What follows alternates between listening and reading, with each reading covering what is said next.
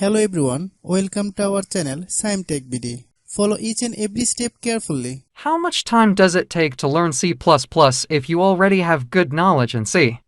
People who are completely new nowadays prefer Rust over C++, and they claim to love Rust. They also claim Rust is better than C++ simply for its easier learning curve.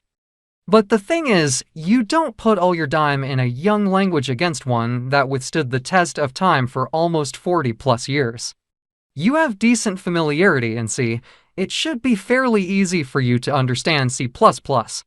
Your question is actually not seeking for precise answer.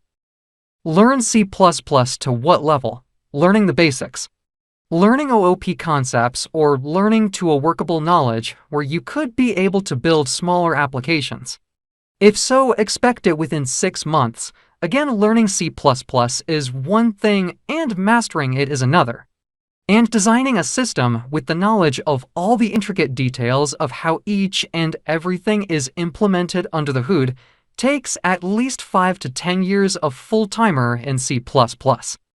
I'm heading that path in the era of AI, picking two languages, one being C++ and another being Python.